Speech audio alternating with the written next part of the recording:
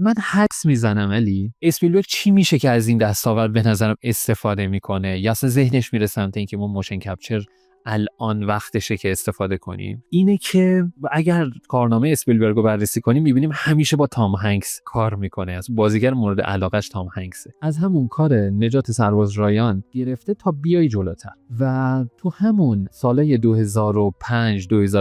بود که یه انیمیشن بلند به اسم قطار قطبی ساخته شد که تام هنگس شخصیت همون کاپیتان اون قطار رو به عهده داره و اینها. اون کار خیلی سر صدا کرد که یه انیمیشن ساخته شده 3D، کل کار با موشن کپچر ساخته شده، حتی صورت بازیگرها مثلا با این ادوات کپچر شده و ضبط شده و اینها. فکر میکنم اینها جرقه‌های اولیه‌ای بوده که توی ذهن تام هنگس بعید نیست واقعا از همکار و دوست دیرینش شکل گرفته و بعدها دیگه با همکاری با یک پول بزرگ دیگه به اسم پیتر جکسون که اولین همکاریشون هم با هم بوده به اینجا رسید که یه چنین انیمیشنی ساختن. این هم جالبه بگم این انیمیشنی که الان می‌بینیم قرار بود یه سگانه باشه، یعنی قرار بوده 3 تا انیمیشن باشه که اینا اولیشو بسازن و بعد برای 2 تای دیگه‌اش برنامه‌ریزی کنن. خبری از 2 تای دیگه نیست، ما هنوز منتظریم واقعا. فعلا که تا الان خبری نشده. نمیدونم آقای اسپیلبرگ اگه میشنوه صدای ما رو، حتی اگر پیتر جکسون یعنی این پادکست رو گوش میده، ما هنوز منتظر 2 و 3 هستیم. با اینکه من یه سری چیزا شنیدم که قراره 2 و 3 مثلا در مورد فلان داستان‌ها یا فلان کتاب‌ها باشه، اما هنوز خبر قطعی نیست که اصلا چیزی ساخته میشه یا آره. من فقط